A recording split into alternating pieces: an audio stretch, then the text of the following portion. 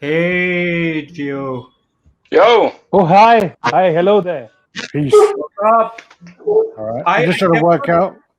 I'm trying to work out my camera's better this way or the other way. What's that? I'm trying to work out my camera is better this way or the other way because the reflection on the doors. Same here. I changed my sitting at least 3 times. So let us sit. Yeah. And I saw you guys. I kept on saying hello, hello. I didn't realize I had to add you to this. Yeah, you have to put us in. Yeah, we're just sitting here oblivious to that being what would appear to be rude, I would imagine. Alex, this dude looks like the Indian version of you. Have you noticed this? This guy looks like you. When he come on, I thought, shit, Alex has gone on holiday, man. He's got more tan than usual. Amazing, amazing. All right. Yep, got light there. All right, guys. Okay, I'm back. There we go. It's about. There was some internet issue. Oh. Hello, guys. How's it going? Hello, everyone. Yeah, Rachit, you dropped off. Rachit is not here. Hello, Alex, George, how are you doing? Not too bad, man. Not too bad. It's Sunday afternoon. Just went for a little walk in the park with my girlfriend. Went for a wander, and then it looked really sunny, but it turned out to be really cold. Thank you very much. Okay. Could you give me the charger for my laptop? Jesus, look at this. Sorry. Barking orders. My name's Dheeraj, by the way. Mouth chauvinist pig, I tell you. Okay. I went for a lovely walk in the park, but unfortunately, I went with my dog. Oh yeah, your dog is nice. a pain. Is a pain in the ass. His dog is. Yeah, well, my wife has Right. taken my son shopping, so that's good. So I got a bit of peace and quiet. I also went for a walk in the park. It's nighttime here, but I go for walks in the evening. I'm going to go for a walk. When you go walking in the park, at night, it's a little bit more questionable, right, than when you do it in the daytime. Yeah, especially if you don't. I am actually planning to go for a walk at night after this podcast is done, so definitely questionable. Do you have a dog? No dog. I'm Just on your own. The on my good thing own. is there's enough people here. There's enough of a population here. So even if you go in the night, you'll still find people on the road. So you don't have to worry about it. Yeah. Yeah, we have a different rule for walking at night in parks on your own in the UK. Oh, okay. okay. It's not advised. It's not advised at all. It is. It depends what you're looking for. It could be very advised, but Well, it depends if you're like a George Michael fan or anything like that. That's what he got done for, didn't he? Oh yeah. Okay, guys, I'll just try to get Rachit back. I'm back. See. Yeah, I'm He's back. back, I'm back. He's there. He's there. Okay, He's there, lovely. he's Alan Moore is back here. I'm just going to call him Indian Alex. That just works much better. That's perfect. But I refuse to shave my head. I will not do that. Yeah, I mean, I think Alex's girlfriend wishes that he never shaved his, so I don't blame him. Oh. She's not a fan. I trimming it again the other day, and she was just like, "What the fuck are you doing?" I was just like, "What do you mean? I'm cutting my hair." She goes, "Why?" I didn't tell you to cut your hair. And I'm like, "Okay, I won't do it again. Next time." I'm sorry. She goes, "Yeah, now shave your beard as well." So I've got to shave my beard now. I've got to trim my beard. Are you gonna shave your beard? Yeah, I got to trim Oh it. my Not God. all of it, just trim it. You'll be baby faced like Gio then. Yeah, You I are had with that woman. I had a tough paper round, man. I'm 39 next week, and I look like I'm 59. I tell you, I feel old man. You turned 39. Yeah, Yeah. 39 next week. I'm going to be. Oh, Oh, man. happy birthday in advance. Thank you very much. So are you so should we still start? drinking your Leffe, Gio? Oh no, it's early over here now, so I'm coffeeing it up, man. Over here we're run about sort of just after 2:30 now, so it's the middle of the afternoon. On a So- Sunday. Yeah, Sunday? but I don't know when you got like a little baby running around at 2 years old. Drinking in the day is the thing you want to do, but it's probably not the most responsible thing you should be doing. Do you know what I mean? All right, perfect. Nihal, you want to kick this off? So guys, I think we're streaming live on Facebook, right? I'm just on StreamYard, so I can't see Facebook. Yeah. We are. I think we're live on Facebook and YouTube at the same time. All right, Perfect. perfect. So first of all, thank you guys. Can someone PM me the if you PM me the YouTube link, I'll share it on RaddTitan. Oh, yeah. Okay. Hold on. Yep, we'll do that. We will do that. All right, and again, like I was saying, thank you for agreeing to be on this, on this little group chat of ours, in this little group that we have. So much appreciated. We obviously, all of us know you. A lot of people on the group know you, but there would be, tons more that maybe don't know you so well. So maybe a quick 30-second introduction. Of each of you. Have you ever heard George answer a question in 30 seconds? It don't happen. It ain't gonna happen. That's tough. That's a tough ask. I'll let Alex go first then, and then I can see how cheating. No cheating. You can't copy any of what Alex said. No copy and Okay. paste, yeah. All right. So my name's Alex. I'm from RaddTitan, and obviously Geo is, I don't know which way you're looking, up that side on the screen, and it's like the Brady Bunch at the moment, isn't it? And so Geo is the other half of RaddTitan. We've been doing this for about 7.5 years now, so been a long time. We kind of started off as it was kind of a bit of a joke to start with, where Geo and I were buying comics all our lives. We've been friends for over 35 years, and we've always bought comics, always bought figures. We've always been into movies, comics, or pop culture.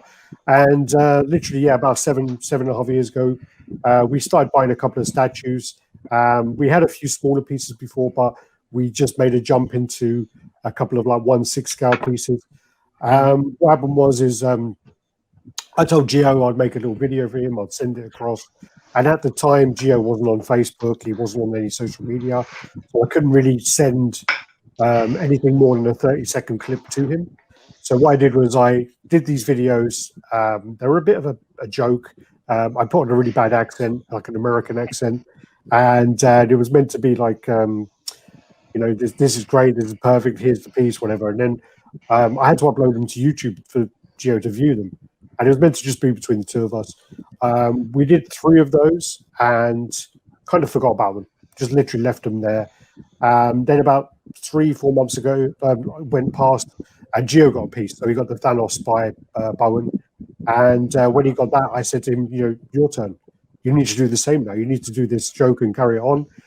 We went onto the YouTube channel so he could upload it. And I was like, hang on a second. There's actually 120 comments on this one. It's 120 views on this one and 10 comments and whatever else, and actually we've got 10 subscribers from them and whatever else. I was like, maybe we should actually try and do some reviews. So we did the review of the Thanos, and then Geo and I kind of really jumped in deep end of the collector's side, and we bought hundreds of pieces over the time. And basically the channel is us kind of documenting our collection journey, really, and our evolution of our collection. But yeah. That was the shortest 30 seconds I've ever heard. Well done. Well, no, I was putting a line there. We were trying to, not. Okay, I'm sorry to cut you all off. So I'm really sorry to cut you off. Go on. Yeah, Rachit, I think you need to add Ayush because he's trying to get in, and the host needs to add. Yeah, he's in now. And guys, I've shared the link of the YouTube in the chat, so you all can check that out also. Yeah, probably there. I can't multitask though, so I had to talk, and then now I can. All right. So okay. So then, when from like Alex was saying, so from that, RaddTitan's been all over the world. We started with just reviewing stuff that we bought. Then we decided, let's try and open this up a little bit. Let's start going to find other collectors in the UK and in Europe, and and then we went to cons. We've been to cons all over the world, seen tens of thousands of pieces, reviewed thousands of pieces, and we do the weekly chats, talk about all things collectibles and stuff. And I think that the best thing now today is, I think that RaddTitan is responsible for keeping mine and Alex's friendship as strong as it possibly can be.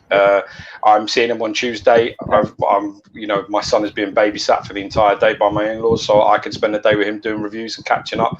And it's jobs, wives, chores, private time. All of these things get in the way of friendships that you had when you were a kid. You know, me and Alex have been friends since primary school level. So since 4 or 5 years old, we've been best friends. So, you know, you can always find a reason to not see each other, to not speak. Yeah. But there's something about being able to say, because we have the channel, that we should speak to each other every day. And it's a good excuse. To be honest with you, RaddTitan is a complete excuse for us spending as much time together as we possibly can, and going traveling together and sipping coffee, outside the Mandalay Bay hotel, in the pool. Nice. And not getting any funny questions. Marina Bay Sands. That was it. Marina Bay Sands. That was it. See, so many places, but it's great. That's a very romantic story. You're welcome. I'm glad you enjoyed it. Yeah. Yeah. No, perfect. I've seen photos that you guys have shared of, when you were kids and, just the growing up bit together. And I think I commented on one of your posts that the two of you always reminded me of, once I saw those photos of, Jack and Victor from Still Game. I don't know if you've seen Still Game. It's a Scottish sitcom. It's a British Scottish sitcom. So it's about these two guys who are childhood friends, and then they become pensioners, and they are the most amazing pensioners ever. Foul-mouthed, abusing, beard. I need to watch this now. I need to check this out. It's on Netflix, I guess. I need to check it out. I've never seen it. What's it called? What's it called again? Still Game. Still game. Still game. I was in still game for a laugh. And I got you. Yeah, I'll check it out. Because at first I was thinking it was like still game as in steel. Like I was like, shit, this is gonna be good. Like this is gonna be some action. Still game. That's more fun. No. It's just raunchy comedy. That's all it is. Yeah. Sounds pretty much like us. Yeah. we have an agreement, like in Friends, where if you're not married by this age and shit like that, that you'll get married. So now that's allowed over here. I think I've sadly I've got married and got a baby, but Alex still has a couple of years before I have to take him out and marry him off and go and live with him in a nice little bungalow somewhere. Perfect. You need a bigger bungalow. Do invite us to the wedding, please. It'll be streamed online anyway. Or at least stream it online somewhere so we can watch it. On StreamYard. Perfect. And that was actually quite beautiful what you said. That RaddTitan is an excuse for you guys to maintain your friendship and meet each other. And while it's I would say it's the exact opposite for all of us here. We had never met before. We are all from different states in India, and as you would know, India is a huge country. States are very far away, and this passion got us together. We started talking, we created this group, and now we've all been to each other's houses. We know each other's family members, and it's a good hobby. It's a good hobby to play. It's the hobby that got us all together. Yeah. I think the first time we met each other was a couple of years ago only. Actually, yes. Was it at Comic-Con? No, it started with Comic-Con, but then it also was at Ratchet's house, where we get an excuse to chill. That was have some last drinks. year, though. Yeah, that was last year. So it's just these 2 years that we have started meeting right now. Yeah, but you see, I think that's really fantastic, because when we started in this hobby, it was amazing how isolating it was. When we started, it was very much like people did these videos. They used fake names. They used fake accounts. They didn't want people of their work to see what they were doing. They didn't want people in their family circle seeing what they were doing. It was almost like a little bit of a dirty secret that people used to keep. And, when me and Alex started, growing the channel, we made friends outside of it. So we have people that are from the UK, but also now from all over the world that when we're in those countries, we regularly see them. And, I think that if there was any sort of legacy or anything that I would hope that the channel would have started, was that idea that you should get your ass up, get out of your room, go see some people, go meet some people that are into similar stuff to you. And, go have that social part of it, because where we talk a lot of the time about scammers and people taking advantage in our hobby, it's the reason that they take advantage is because it's so open to your brothers that are in it. It's never like, you know, we all may say, oh, I don't like this, and you do, or, you know, but there's such an openness to help with information today that when we started, it wasn't there. You know, you'd message people and say, you know, dude, where do I get these things? Where did you get your lights from? Where did you get your this from? And people be like, oh, just some local store. You know, it's like, you know, like if you've gone on a really nice holiday, you know, you're either the type of person that says, oh, dude, I went to this hotel and I stayed in this room. It was amazing. You're either that guy or you're the guy that goes, oh, I can't remember what it was called. You know, you're one or the other. And in our hobby, I'm glad that today is a lot more of the way that it is now, where people actually say, this is what you can buy, this is where you can find it, this is the guy I spoke to, you know, and more friends are being made. It's nice. I think that's a nice thing that you've got that for each other. That's a beautiful thing. I really do. Agreed, absolutely agreed. And I think, you know, a lot of us, quite a few, there are so many statues coming out that there's so many times that I've been to one of the groups, mine, and just posed the question that, guys, out of these two, which one should we buy? And then you take that feedback really seriously, and then you listen to your fellow collectors.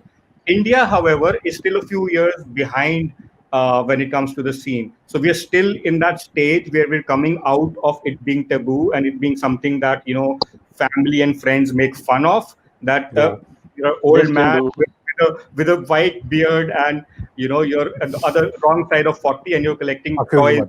Yeah.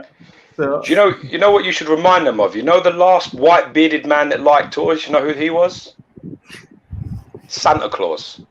Oh, yeah. And he is the most famous man in the whole world, right? Yeah, that's true.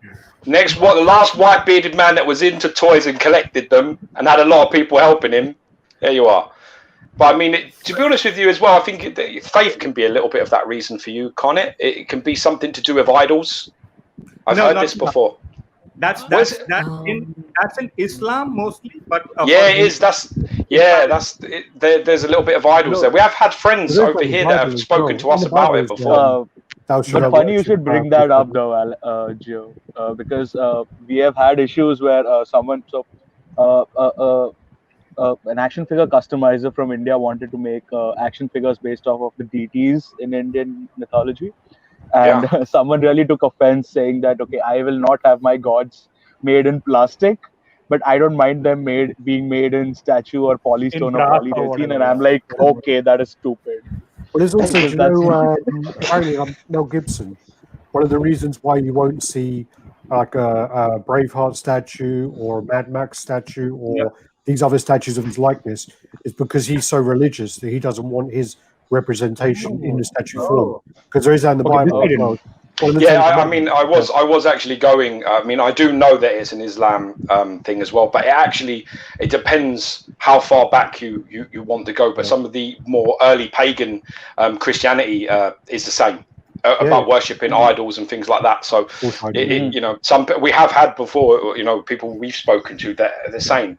They have found it like really difficult to tell certain people in their family because of the care and the intensity of it. It can be a little bit seen as a little bit like that, you know. But wasn't there a guy who sold his whole collection because his family found it? Yes. Yeah. There was I remember like about 2 years ago, there was a guy, or maybe a year, or actually this year's gone so quick, it's got to be 2, where he put up his post where he literally listed every piece to sell, and because he's really cheap. From a family, sold them all off cheap and said, I can't have them anymore. Or he was getting married to someone. It was something along those lines, but to do with religion. He offered us pieces for almost for nothing. He said, like, just come and collect them and you can have them for free. But we just couldn't do it. We were talking about it, and he was saying, come like over. He said, I would love you to have them, you know. But I felt like it was a massive liberty. I felt it was a little like, you know, because we'd helped him and we'd supported him and we were there for him to talk to, that it was like, oh, I want you to have these, you know, as thank you, like, please take them off me. I'd rather you have them. And we were just like, we were talking about it and we were like, it just doesn't feel right. We're like, bro, honestly, just sell them. Even if you make a few £100, just sell them, put it towards your honeymoon, put it towards a deposit on a car or whatever you want to do. Just use it for something progressive. Don't, you know, giving them to us is really not beneficial to you long term. He came from a Muslim background. Yeah, that was it. That was the guy who used to get quite out of hand on the comments. Yes, Yeah, I remember. Good supporter though. He was good. He used to go for people that didn't like us very much, which is always we always like them kind of guys. He was a really good supporter until he wasn't. And then when he wasn't, he was like, "Wow, man, that got dark quick." You know, it was bad. But yeah, I know what that was now. Yeah. But It's funny. sorry, Yeah, go on. because there's a difference now. We've spoken about this a few times. I don't think it was actually on our chat, but as I say, George and I talk for over an hour every day, so we talk a lot. And we had a conversation about going back to the Mel Gibson thing. I'm pretty sure that was the case to do with the religion, but it was also to do with the fact that, like in the 80s and early 90s, the actors' likenesses were not always signed across. So when you have someone like Arnold, all these big names. You would have to pay them personally to use their likeness. So that's why you see a lot of Arnold stuff, because he'll sell anything for the right money. Or you won't see certain other people like, I think, Sigourney Weaver and all those other ones from the 80s. They just don't have any interest in it. Mel Gibson, yeah. And then now when it came up to like present day, it's almost part of your contract. So like someone like Robert Downey Jr. will get paid $50 million, which is like, holy shit, that is a lot of money. But then when you look into the terms and conditions, there's a lot of like the merchandise stuff which is involved in that contract to say you're signed over your likeness. They know, so then you see 100 Hot Toys of Robert Downey Jr. and whatever else. I can't remember. I think it was Carrie Fisher who once said on a talk show that every time she looks in the mirror, she has to give. What's his name? She has to give him money. She doesn't walk past any mirrors, because if she looks in the mirror, she owes somebody some money. It was brilliant. But yeah, apparently, this is very true. Yeah, that's interesting. I thank you for that. I had no idea, because I've been dying for a Mad Max statue. So but now we know the classic one. Yeah, the classic one. I think it was a 1/6 scale one, a kit, and he had his dog with him, and it was really nice, really, really nice. And they also had, I think, a 1/6 scale Tom Hardy one as well, but again, only in custom form. And I think you have to buy the STL file and print it yourself. But it was nice. Yeah, it was nice. See if I can find it. What's the scene like in your states in India? What's like the collecting situation there? What is it predominantly you all collect? Someone wants to take that? I think action figures mostly. Most of the collectors here collect a lot of action figures, and there's also a big market for Funko Pops here. And is there's that a few of us who are space or price? as well. Sorry? Is that to do more with the space or the price? The price. I think it's a combination of both. Yeah, I think it's a combination of both. The best. Like, for example, the city I live in and Dheeraj lives in, Mumbai, houses are literally this small. We don't have very big houses, so it's very difficult. It's like a bird's cage. It's like a bird's cage, so it's very difficult for us to think of 1/4 and 1/3 life scale statues. It's very difficult. So I collect 1/10. At max, if I can think of, maybe 1/6 is what I'll go for. But I usually collect 1/10 statues, and that's it. So but that's good for you, right? Because Iron Studios now is making some of the best 1/10 pieces. I mean, they are. Their pieces at 1/10 are incredibly impressive. So it's fortunate. It's a good time for that, I guess. I mean, if you would have been around 5 years ago, you'd be in big trouble, because there was nothing.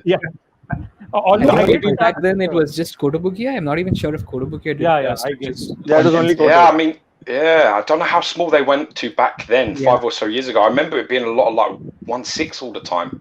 Yeah. But maybe. I think we did like 1/8 as well. They did like 1/8, yes. Yeah. I guess Bowen also was some 1/7. Bowen is like between 1/6 and 1/7 scale. It's like 1/7, because they were like announced as 1/6, but then when other companies started making 1/6, they were like, how comes ours are so much bigger? And they realized that Bowen's is more towards 1/7. So that's why when you see custom pieces, you see like 1/4 scale, 1/6 scale, and then you'll see Bowen scale listed as the scale. It's quite funny. But that's how powerful Bowen is. Powerful. Their pieces are so powerful and so iconic that they have their own scale, so people can make stuff that actually you can put in your collection of Bowens, which is genius. A smart bit of business, though. It is. I mean, it's a bit like Apple, right? Once you get into Apple, you have to buy everything from Apple, and you can't really go anywhere else. So it's a hook. So that's interesting. So, like these guys said, a vast majority is into action figures, but there are a few people that are into statues as well. Again, mostly 1/6, but there are, I would say still maybe just around 200, 300 people that really buy 1/4 and above that we know of. There might be others that don't really share their Yeah, there are collections. so many that we really don't know about and have not joined quite a any few of them, groups. actually. They prefer being private and they Yeah. don't really like to show their collections. We just hear about them from people. But there are people who actually collect life-size stuff too, but it's just a myth, more or less. We never Yes, get to see them. So yeah, it, there's because I get Sorry. emails. I get emails from people because I have an email address on the YouTube side, and I get an email from someone going, "Hey, watched your channel for a long time. I'm not on social media. I just want to help with this or this." I'll get talking to them, and all of a sudden they'll show me a picture of their collection, and I'll be like, "Wow, Jesus, this guy has got like a whole house full, but no one never shared it." And it's the same as That's when I think Rachit for us, by the way. That's what Rachit was, because Yep. when we went to his whole house is full of stuff, and then we just like, okay, you have more stuff than you have even put up on groups, and then even more stuff than even you know. Yeah, we're saying Yeah, as George. but He's I gone to buy kind of stuff. like that. He's gone to buy stuff on eBay, and he's driven up to the guy's house. Guy's got a massive collection, and we go, "Oh yeah, have you heard of like these Facebook groups and stuff like that?" I'm on Facebook. Don't use YouTube. I can kind of admire that though, because there's a percentage of collectors now that are primarily collecting for just the share. Yeah. There are people that are buying just so that they can say, "Oh, I've got," and share it in the places they want to share it. Which, I think there is a line that can become incredibly unhealthy. You need to be really careful. Alex went through a stage where it was getting unhealthy for him, where he really was trying to, if he could buy something. I mean, it was lucky because it was at a time where the aftermarket was stronger, so you could buy something for a good deal, and then you could always get that good deal back. It wasn't like today where, oh my God, that's a good price. You get it, and then you're like, oh shit, that is actually the price all the time now. I'm not going to make, I'm not going to. That's not great, or it's going down. So he was lucky in that way, but it was getting to a stage where he was buying so he could review it and he could share it, and it was getting to the point where it was getting a bit like, wow, 6-7 boxes arriving in a day. It's like, whoa, that's some next level. At that time as well, though, eBay, you could find some gems on killer eBay. Killer deals. You could buy something for like, I don't know, what's that in dollars, like $200. You get like a premium format, a quarter scale, and literally you would get people just list them, so there wouldn't be enough of them up there for people to have the price comparison. So I would have my alerts saying Sideshow Collectibles or Sideshow premium format, whatever, and I would have all these alerts, and then I'll pop up on my phone and I'll go, yeah, buy that, buy that. And literally, I'll get it was good for RaddTitan because it started. We got a lot of reviews as a result of it. We did a lot of reviews of this stuff. And it's always, anything that you can see is a benefit in person. There's nothing that's a waste of time. Even stuff that's crap, it's handy to see it in person. Go, oh my God, that's bad. It's still useful. Well, there's been a lot of pieces as well where you kind of get it in hand and you have very low expectations of it. And you're like, that's actually really nice. Yeah. Other things where you think, oh my God, this is going to be amazing. I can't wait for it. Turns up and you're like, oh, is that it? Is that what people are raving about? Really? And it's just, it's a funny thing. I mean, I've got one piece in here which I had since probably 6.5 years ago. It's my longest piece, which is Hellboy premium format. All of the stuff I bought in the first maybe year or first 6 months to a year, I sold it all off because it was all a waste. It was all stuff where I didn't really know what I wanted to collect, and I was just buying shit. Finding yourself, There was a lot of Bowen stuff I wish I kept because I've really bought it all back now for 5 times the price. But I wish I did keep those. But like you said, I think the pricing also used to be very different. Now the prices have just shot up. And just to add to that, the points that were asked, that what drives consumption in India, whether it's price or whether it's space. There's a third piece too, and that third piece is accessibility. and getting that through the ridiculous customs that we have. But the custom duties are what's your tax bill like? Your tax bill is like 80% or something. 80%. Yes. And that's 80% on the product price plus shipping. So if the product is $1,000, shipping is another $200. Then on $1,200, it will be 80% more. 80%. Jesus. Wow. We complain We about complain over 20. We get 20, and we're pissed. We're pissed at 20. We're not happy at 20. How lucky you are. Then You we should see the daily fights. You should see the daily arguments we have on something as simple as Marvel Legend action figures, or maybe even Funko Pops about the price rises. So talking about Prime ones or X. Surely that means you must be shopping aftermarket and getting people to put the values down. That has to be the only way that you can get stuff.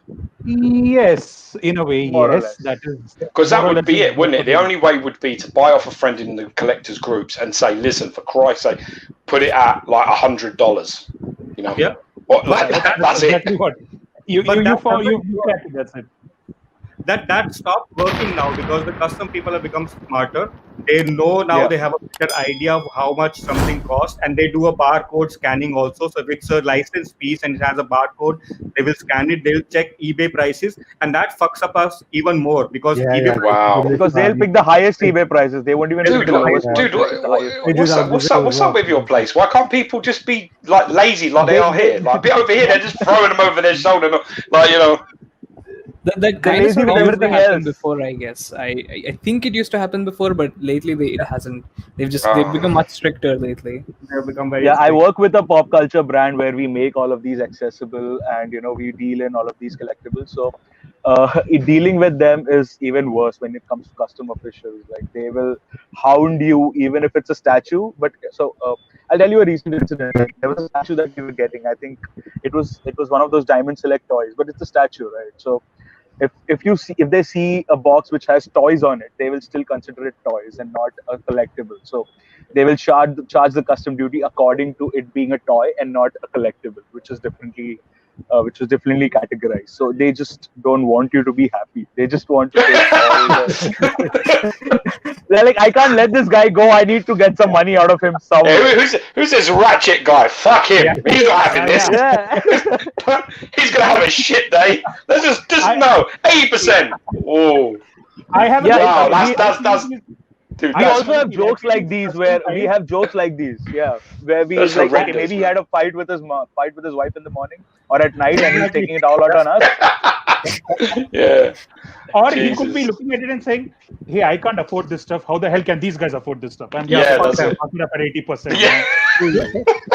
Oh, you know what, Nihal? Technically, that happens because they even nick a few stuff out of your shipments, and they pick things out, and they're like, okay, I can't afford this, but you are going to go ahead and sell it, so I'm going to keep this. And we have people actually tell that to us, like, okay, I can't afford this, my kid can't afford this, I'm taking this. Fuck it. That's why that guy. It's crazy. It's a circus out here. Yeah, that's why it's quite. I mean, I do, in a way though. I can appreciate that it's different for everybody, and I think that's important that people remember that, because they really don't. I mean, a lot of people really have no idea. I mean, we get it with us where we'd be like, look, dude, it's like we have to pay 20% on top of the total bill, so you have to level. When there's the argument about who's cheaper and who people just say it like it's an open thing. They'll say I buy XM because XM's cheaper than Sideshow. Well, it is because you're in Asia. Well, I buy Sideshow because it's much cheaper. Well, it is because you're in the US. But there's a whole rest of the world that falls somewhere in between those, where one will be cheaper than the other, and they will be supporting based on that too. So it's not just an open and shut case. But now hearing the 80% thing, I'm gonna remember it when people complain. Or it's our country where everything is expensive. Yeah. So. Hey, sorry, Alex. The other guy, Mary. He I think he's Mary. Mary. Arizab, Arangzab. I think his first name is, but we call him Mary.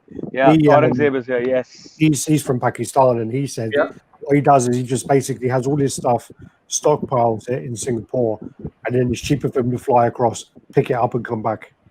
That's the cheapest way to do it. Yeah. It is. In fact, 90% of my collection is hand carried. I've gone to maybe US, UK, Singapore, and just carried 3 suitcases with me and just stuffed things there. A lot of times without boxes. So I've really had to take the risk. Take them out of the box, wrap them in clothes or bubble wrap, put them in the suitcase and just get them here, because that's the only way. Otherwise, you will end up spending. It's like drug smuggling, isn't it? With toys. That's just what it is. I can see Ratchet sweating. I can see him going to the airport and sweating. And they're like, "You okay? Yeah." Is this a Cyclops toy I see in here? Is it? I'm just looking at my Superman that Rachit had carried a couple. I got an X on my bag when I was traveling back from Thailand last year, and all of us were like, "Okay, we have X on our bags. Customs is going to open it. We go to the toilet, take toilet paper, and we're like rubbing all of those X's to get them out."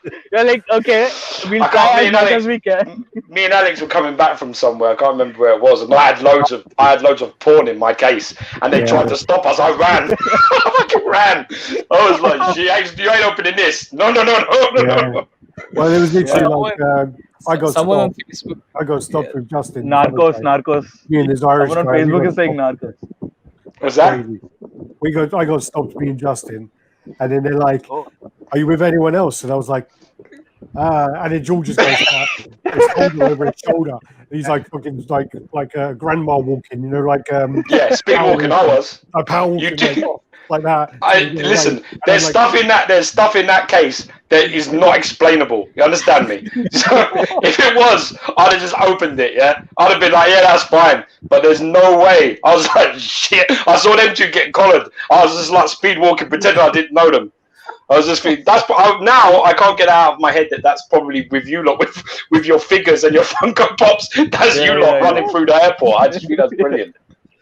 I'm like that Jordan Peele sweating GIF, whenever I'm coming through customs and like looking at them and like I'm literally sweating because I don't know what you see in it. So the biggest haul or smuggle that I have done, I remember I was coming back from the US. I had 6 1/6 scale statues out of the box in a duffel bag, and I've not even checked them in. I am carrying them, hand carrying them through every X-ray machine and everything. And like you said, every time it goes through, I'm like sweating. Will the stick? Geez, that's just brilliant. That's just crazy. Something like this happened with a friend of mine who was carrying, I think, one of those Batman 1/6 statues, which was from Dark Knight's metal, and I think the axes were metal. So he was carrying that in his hand baggage, and they're like, "Okay, we need to open this. Why is this metal? What is this axe doing in here?" And he's like, "Oh shit, I did." So basically, when you're looking at the groups and we're saying, "Oh, the weapons need to be metal," you're going, "No, please, no, plastic." Yeah, now I get it. The Batman, the XM Batman Samurai, they made that into a pure version. And when the guy who runs the company, Royal Cylinder, he basically was bringing it across from Malaysia, and the swords all got taken off. Swords all got taken away, yeah. Oh, yeah. And he literally had to wait 2 days. So the first day of the convention, we didn't have the swords on. And the second day, they luckily got them. I think they had to pay to get it back for like admin things and all this bullshit. Yeah, it's funny. How much damage can you do with a 1/6 scale katana? For Christ's sake, you could give us some of that. Yeah. What's the comic book shops all seen like over yours? Are there collectible shops? Do you have a line? We don't have comic book shops here. Zero. We just have a couple. Yeah, just a couple. We have a comic book library cum cafe in Mumbai. A couple of stores here and there. That's about it. One of them is our store, which is a collectible store. That's about it. So everything else is online. In London, you would think that in London there would be like a lot of options. All we have is Forbidden Planet, which is a chain. Yeah. And we have then in the whole of London, maybe I would say like 5 comic book shops you can walk into, and all the rest are mail order. We have a chain in India known as Entertainment Store. but they also don't keep a lot of comic books. It's mostly merchandise, a couple of figures here and there, but no specific dedicated pop comic culture. book. And you have these hardcovers that they've stocked up, but you don't get individual issues in India, at least, unless you no you get weekly releases. That's like with Forbidden Planet. You only go there to look at the statues because the prices will be same in pounds as they are in dollars. So it'll be if a statue is $1,000, you'll go to Forbidden Planet and it'll be £1,000. And literally, you can go onto Sideshow's website, order the exclusive, pay shipping, pay tax, and still be less than Forbidden Planet. The same as comics as well. You only go to Forbidden Planet if you kind of want reading copies. If you want to grade copies, don't bother. Don't bother. You want to take them to CGC and grade them, don't bother with Forbidden Planet at all. Sad, really. Yeah. So, Alex, on that, I've been to Forbidden Planet. I would give my right arm to get those prices here. The thing is, I mean, like over here, we look at that and we're like, are you fucking kidding me? And then also the thing with Forbidden Planet is the display window that they use is facing the sun. So literally every piece they display are the piece you buy. So when you go in there and go, oh, I want one of those Magnetos, Sideshow premium format or Marquette, sorry. They'll go, okay, and they'll go in the window, they'll take it out and they'll box it up. And literally you will have that sun faded version of it. And literally a long time ago, I saw the Hulk Marquette there, and I looked at it and I was like, wow, these colors are horrible, like really bad. He was almost like a yellow, like a pea yellow. Yeah, he definitely looked like he had some sort of liver complaint. Like jaundice, yeah. And then basically, I put off buying the piece for so long because of this experience with that. Or also, they have like 2 millimeters of dust coat like caping them. And then I managed to get like the Hulk at like a discount price. I paid like £300, signed by Lou Ferrigno. I get it in, and I'm like, this piece is actually really nice. A really nice piece. It's a shame it was signed by Lou Ferrigno, though, considering that it's a Mark Ruffalo Hulk. But we'll just forget about that. Hey, but he was used for motion capture or something, so it kind of counts. Listen, the only thing that links Lou Ferrigno to that Hulk is actually there's nothing. I have nothing. There's nothing. It's because the voice and the face. I think he did the grunts for it. He did the voices for it. Yeah. Yeah, he did the voices something for it. He did the voices for it. Yeah. Really? In one of them, he did the Avengers, I believe so. He did all the like. So Mark Ruffalo is that bad? He couldn't manage some Lou Ferrigno growling. Is that it? Is that what you're telling me? Yeah. You're telling me that they sat down with Mark Ruffalo and went, "Yeah, we're going to use Lou Ferrigno, okay? So, do you mind? Have you? The man who is like 70% deaf. That we're going to use him. We're going to use that guy. I've heard that he's my least favorite Hulk, man. I'm totally okay with him being used as Lou Ferrigno. Yeah. Oh, what, Ruffalo? You're not a fan, no? Not a fan at all.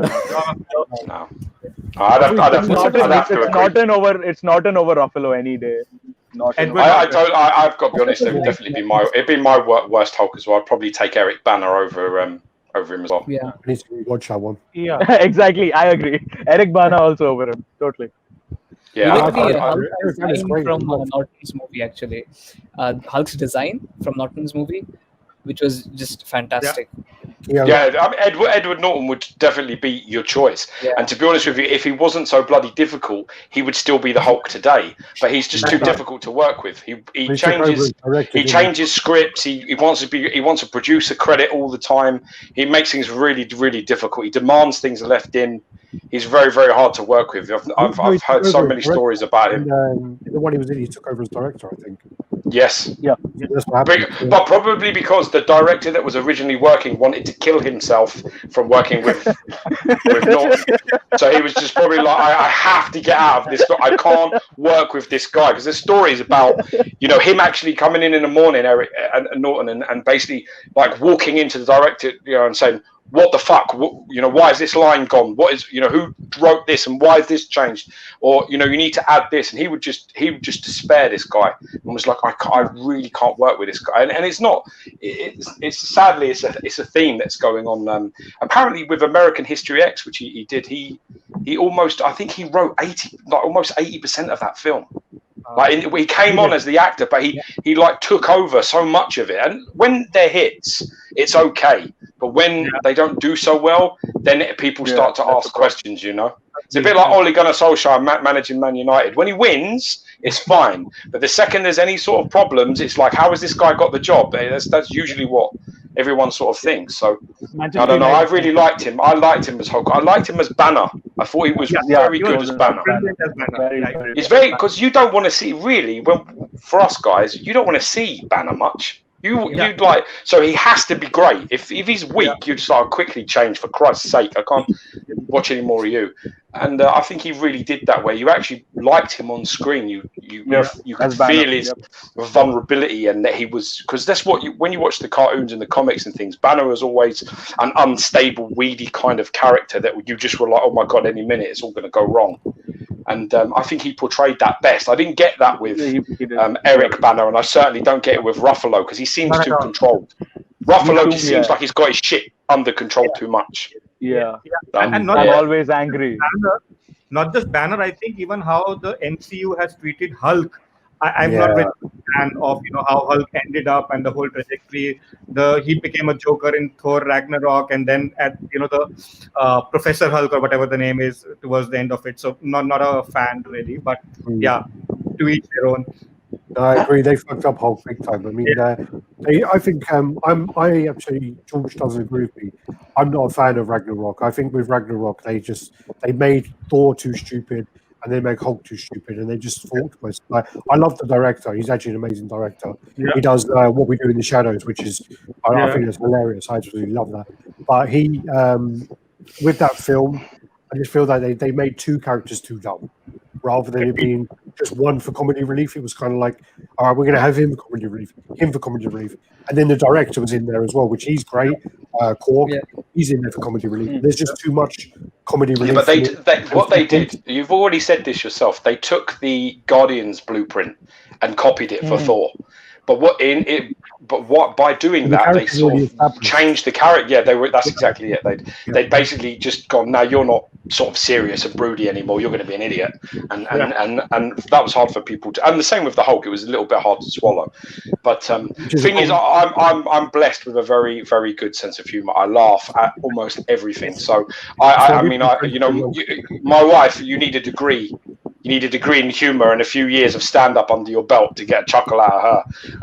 I laugh at everything. So for me, Ragnarok was just funny. I just was laughing at every single thing I thought was hilarious. So I enjoy that kind of stuff. It doesn't need to be too smart. But one of my problems with Ragnarok, I hate your jokes, Nihal. One of my problems with Ragnarok was basically everyone does.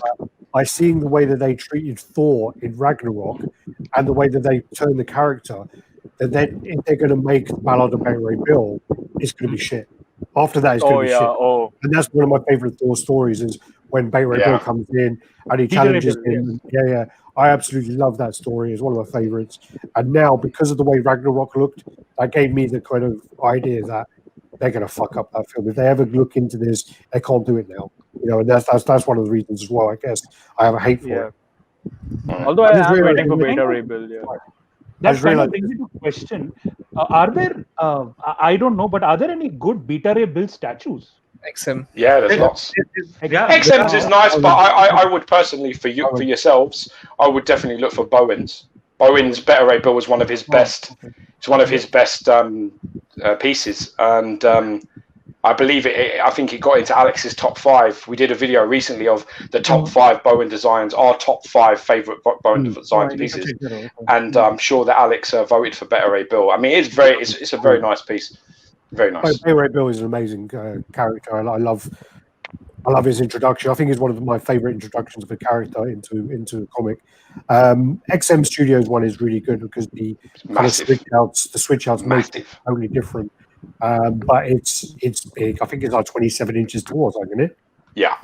Huge. It's really tall. Really tall, really wide, it's quite deep as well. I own the piece. I own the piece for a while. It's a nice piece, but it's excessive. And to be honest with you, I wouldn't say it's that much better than Bowen's, in my opinion. So if your space is your issue, but you like the character, I would definitely suggest picking up Bowen Design's version. Well, that's the thing about Bowen is it's true to the comic. It is true to the comic. That is what the comic is. And in XM is more a modernized take on it. with the, I think, is it Surtur on the base? Yeah, well, no, it's not confirmed. Yes, said it's not confirmed, but it's yeah. I have a feeling that XM does variants very well. I mean, they do a take on a character very well. Well, it's like a modernization of it. Yeah, modernization, exactly. Yeah. I mean, it's quite clever because when you look at things in a comic, when you look at things in an animated program, buckles and straps and they're not real. They don't look real. It's just a little nub of a drawing or a sketch or something. It has nothing. It has no, and when you start building things in 3D, it has to be functional. It has to look like it would work. Otherwise, it's a waste of bloody time.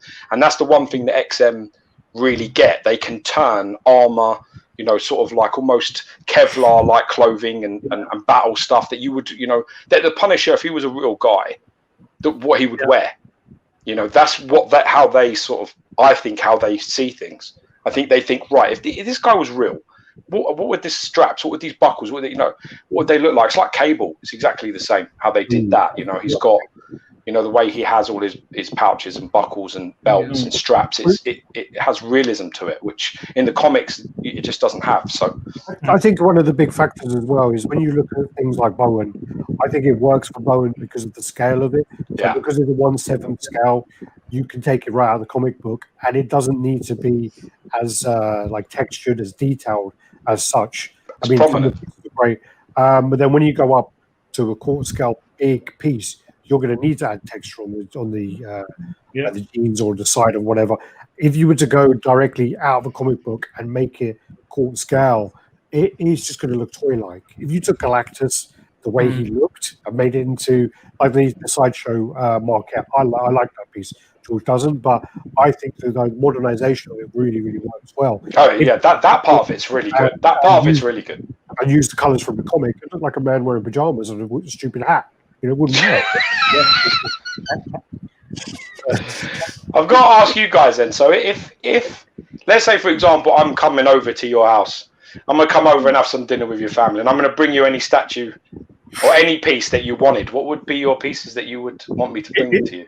Is there a size restriction? No restrictions. What you can have whatever you want. I'm going to carry it. I'm going to walk it over to your house. Interesting. Hypothetical, not buying you anything. Yeah, there's no contract. I'm not signing anything. I'm just saying, if I was coming, what exactly would you want? Because I'm wondering if space isn't the issue and price isn't the issue and availability isn't the issue, what would you have if you just had one? Just one.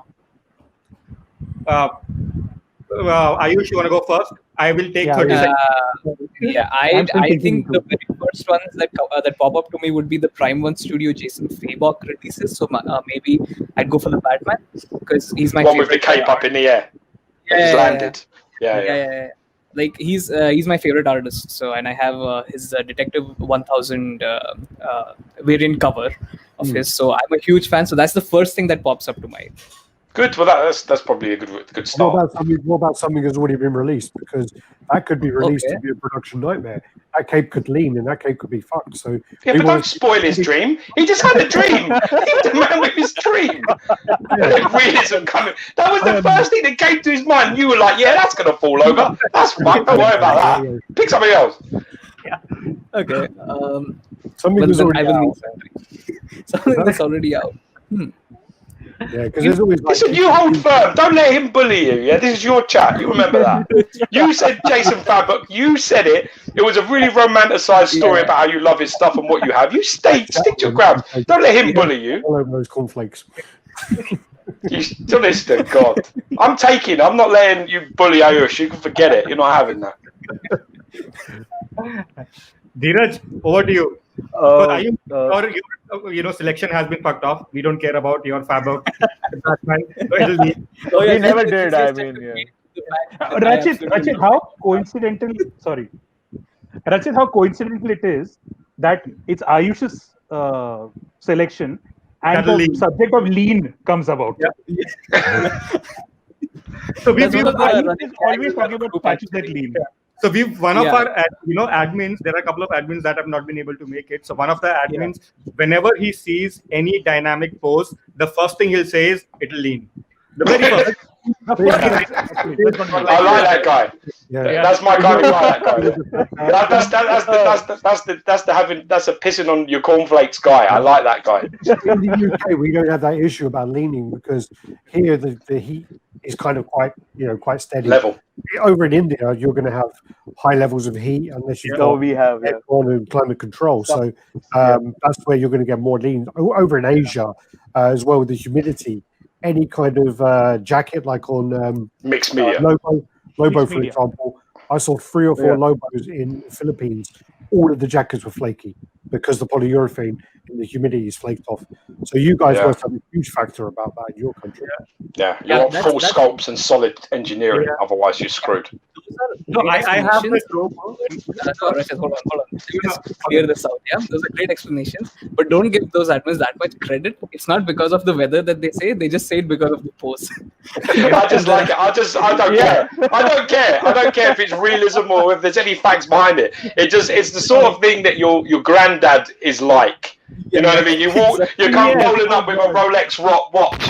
I remember one time when my uncle come in, and we used to do it all the time to him. He used to collect Rolexes. He works like for Big Nuts Banking, right? So he's got a lot of money. And he used to come, and my granddad is like this Greek Cypriot, immigrant man that came over to the UK with like 37p in his pocket and a chewing gum or some shit.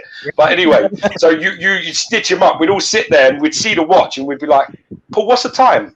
And if my granddad spotted that watch, I remember one time, it's like, he'd be like, what's this? What's this on your? What's this? It looks very fancy. It looks, And he said, it's, Rolex or whatever. And my granddad was like, Jesus. And we said, Paul, how much is that Rolex, man? It's got to be like 5, 7 Gs, 10 Gs. My granddad got up, ripped the fucking clock off the wall, ripped it off and said, for 5 Gs, take my fucking clock. I've had it 10 years and I'll give you my clock. You give me £10,000 and you can tell the time on that. You know what I mean? And it's just them kind of pessimistic guys that you just can laugh your head off and say, he sure is one like that. Yeah, I would, if my granddad was alive and I showed him a statue like that, he would say the same. He'd be like, that's going to fall over. That's fucked. Don't even, that was a waste of time. I remember seeing your granddad when I think you were like between jobs or something. Oh, yeah. I remember mentioning the fact that you weren't working and I had like a job and I was doing something at my house or whatever, and your granddad just like, I was just fueling him. I was just like ammo. Shitting on me and putting yourself up. That doesn't sound like you at all, really. It was so easy to do, man. It was great. Perfect. Yeah, so we've got another version of the granddad in our group, Gio. So, yes. We definitely do. So, Con, what else have you got? I think you were up. Who's next? What am I bringing you? I would go with the XM Optimus Prime.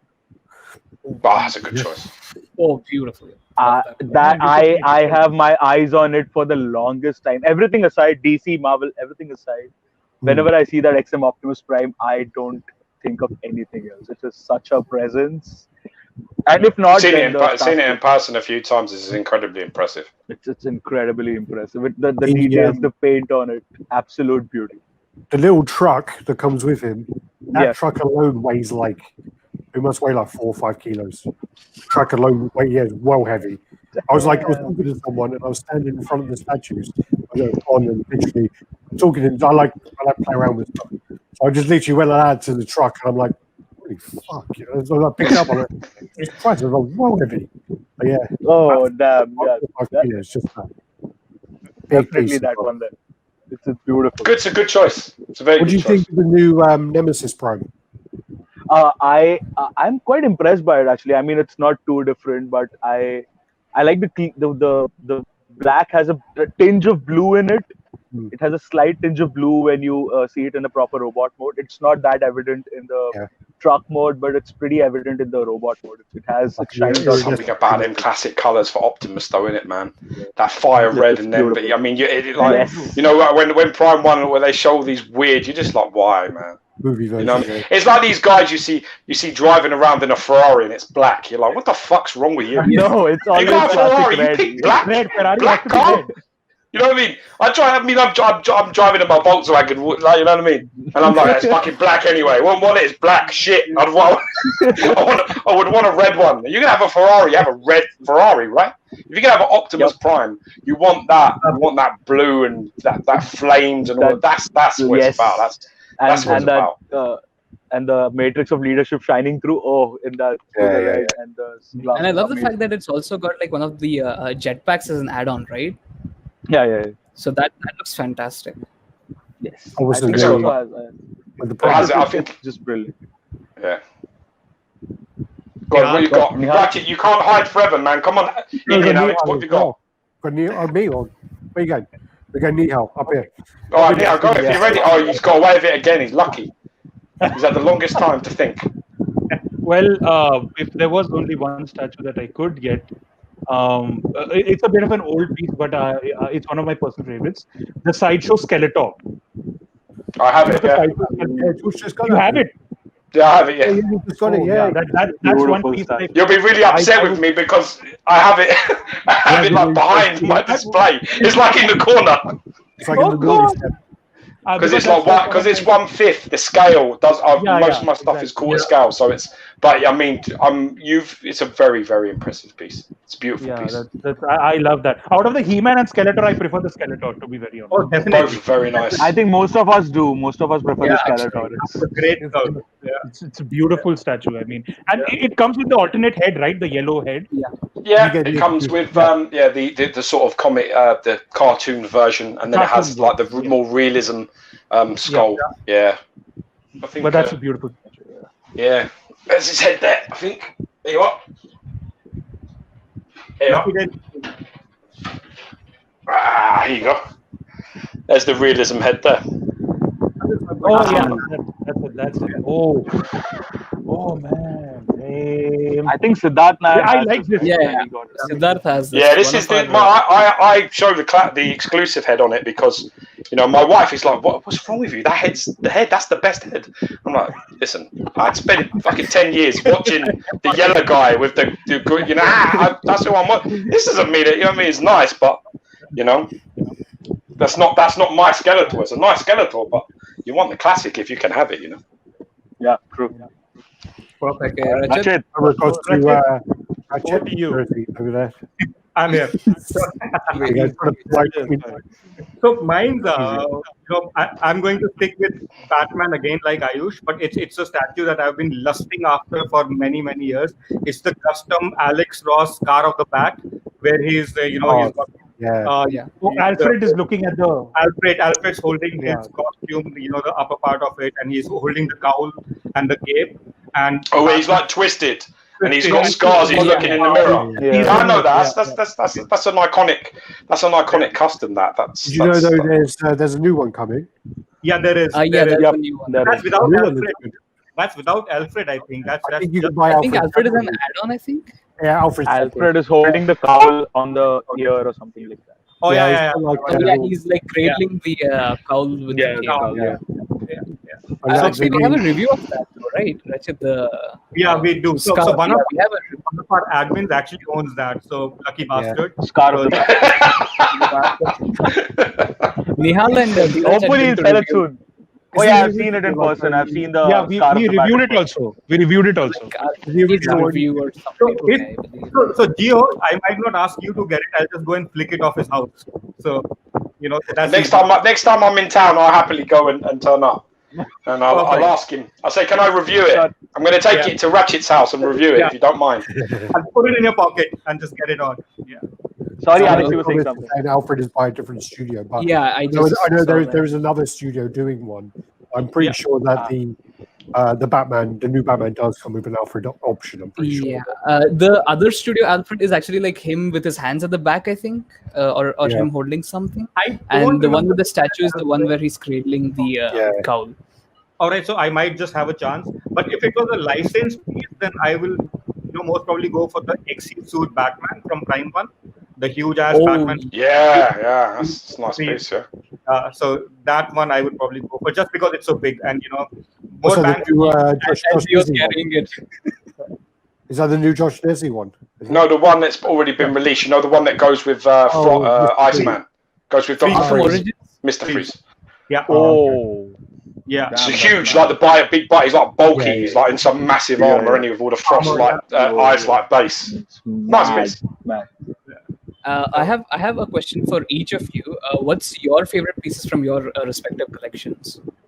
What can I get you from India? 80% of fucking chewing gum by the look of things. Anything else you're gonna bring me, I'd feel too guilty to take it off you. I probably wouldn't even. Next time I'm gonna bump into anybody from over there. When I see Mary again and he offers to buy dinner, I'm just gonna say, nah, dude, that's like, no. 80%. I'm gonna wake up in my dream and scream it. My wife's gonna be like 80%. What do you mean 80%? 80%. Yep. Yeah, we have people asking you it'll be high pitched too. So I guess the only thing that is similar to like the prices of US or a little cheaper would be books, comic books for that matter. I think we get them at around the same price as it would cost in like America. So CGC stuff or no, just regular CGC is expensive in Asia. But there are some books, that are out of reach in the US or the UK, but we have like hordes of them in India because no one's fucking reading them. So, no, they're just like going on sale on Amazon or some other website, and we just get lucky at times. Some Amazon glitch comes around and people buy it for $300, like 300 rupees and not 1,000 rupees. People have gotten the art of Alex Ross for like 300 mere rupees because of some Amazon glitch. How much is that in pounds? So it's just oh wow, yeah. okay. Yeah, What's yours, Gio? barely that much. What would you want them to bring you, Gio? No, 80%. Fuck all. It was what would you want them to bring you, and what was your number one piece in your collection? It's hard. I've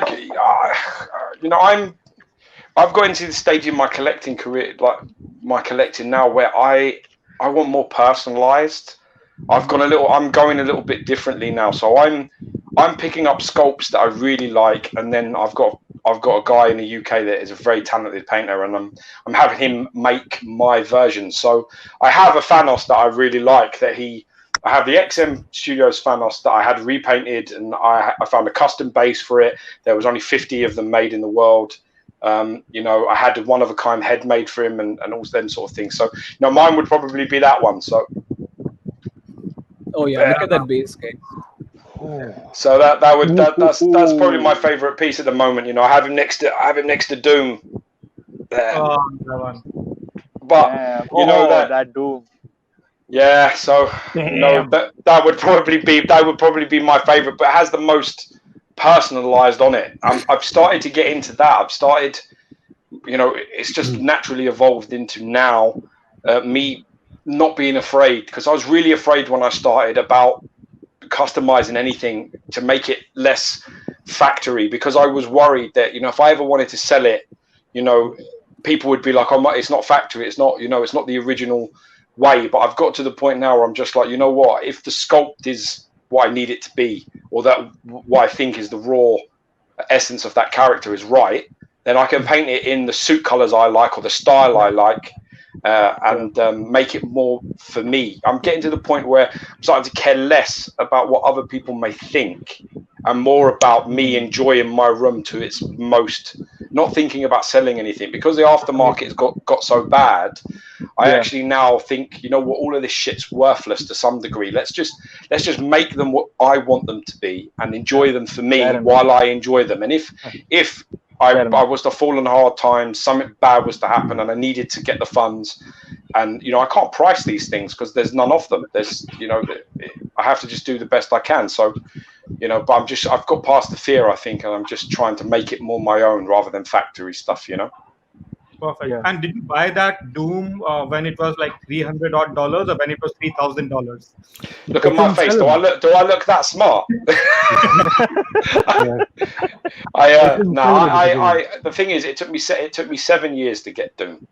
I wanted Doom from the minute I started collecting, but the prices have always been what I would consider to be excessive. So I managed to pick it up for about £1,800 for it, but I have the exclusive. But it didn't have the inserts for the box, so I had to go pick it up. So it has the outer casing of the box where the edition size, so I know it's a genuine piece. But it doesn't have the inserts because the guy got divorced and had to move all of his collection from a massive house into a little apartment. So he got rid of all of the inserts for all of his boxes and just kept the flat boxes. So I can't ship it. If I ever wanted to sell it, it would be a bit more of a problem. But you know, in the end, it was at a price that I thought, I can pay that price. You know, I think that's acceptable for the piece, for the work. So yeah. Gio, you still have Sideshow OG Thor, right? That's like my favorite piece in your collection. I think you got it like back when it came out, right? There he is. Just a bit. I can just about get you the angle on this. You got to do it later on. Did you get your Thor off mic? I did, yeah. I got it off a friend, but I bought it off from a good friend of mine, Mike Wells. I went round to his house to pick it up, because the cape is a fabric cape that then they sculpted over the top of the fabric. It's very so a lot of people don't know that, but the actual cape that's on him is fabric, and then they sculpted over the top of the fabric. I have no idea why they did this. They cast over the top of the fabric, so it's almost like when you have like a plaster on your arm, and they use sheets. It's kind of like that on the inside, and then they kind of sculpt cast over the top of it. So when it breaks, it kind of cracks a lot because the material dries it all out. But then it kind of like when it cracks, it will hang. So you have like these hanging bits, like it's weird. Yeah, we only know that because Omar Emperor told us that. And the cape is actually connected to the body.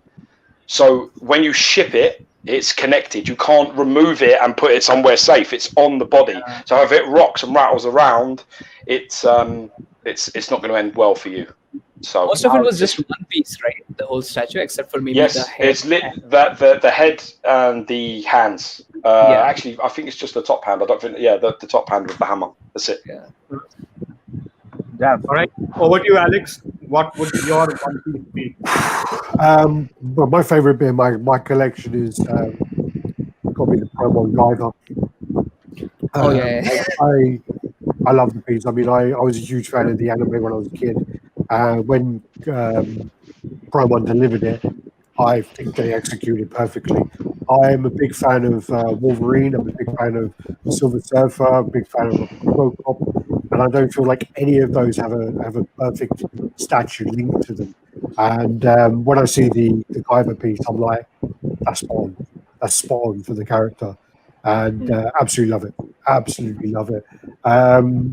If you were to bring me a piece, one of the same thing was what you were saying, just to go on with that was, it's really hard to have the aftermarket on all these pieces because you have the view of it, but it's so inflated by false methods of people buying off of friends, flipping them, and that was a big thing in the custom market where they sell stuff at a really reduced price to their best friends. They all get them for the idea that they're going to share pictures and say how fantastic it is. So there's a lot of stuff when you see someone reviewing a custom piece, you don't know how much of that review is true. Even with bigger reviews. Not a lot of it, mate. Even with bigger reviews, you have no idea. We've been offered so many pieces and go, if you pay shipping on that, you can have it. Pay shipping on that, you can have it. We're looking at it and go, yeah, ain't worth me paying fucking $400 to ship it. And more importantly, we've said, this is a pile of crap, and we try to be constructive. The problem also is as well is that sometimes even maybe the free piece that is just connected by shipping isn't worth the drama, because what happens is if it comes in and it's not great, we say it's not great, and then it becomes that we have to go to war with these people and these commissioners all the time. We have to have an argument where they slander us in other groups and say that we've got an agenda or there's something about it. And it's sad. And I can understand because there's a lot of passion and a lot of effort that's gone into things. But at the same time, if you send it over here and it's not great, then you're going to have a tough day. It won't be good because it's, we will absolutely destroy it, We've had that because we'll always say, if someone says, we want to send you this to review, we will always say, send us whatever you like. If you're confident it's good, send it to us, but we're going to say what we think about it. We're going to try to be constructive about it, and we'll say what's good, we'll say what's bad. And we had a commissioner send us a piece, and we actually said to him before he sent it, these are the pieces we actually think look good. And and he sent us another one. He sent us a different piece, and it came out. It didn't stand on the base properly, wobbly as fuck. Paint was terrible. Everything. There was nothing good we could say about the piece. And we said to him, "Look, this piece is dreadful. This piece is really bad. There's nothing good we can say about it." And he goes, "Do you want us? We're going to post a review." Okay, fine. We post a review, and basically then he takes all this stuff out of context and says that we have an issue about all these other things which are unrelated, and it's just like, and then goes to all of us. And it's like, dude, man, you send it to us. If you want us to review it, that's what's going to happen. We're going to say what we like. And we've had things as well where we've got them in. I've got this is quite scary actually, but I've got the Imaginary Arts up there, which is a really bad idea to put out there because it weighs probably about 35 kilos, and it's on top of detox. But it's been okay so far. But anyway, so we got that in. Amazing, absolutely fantastic piece. They then sent us Aquaman, which was painted by a professional painter, so it was a proper painted piece, prototype. Great, reviewed it, great. And then they started sending us these other pieces, these Iron Man busts, which they were really bad.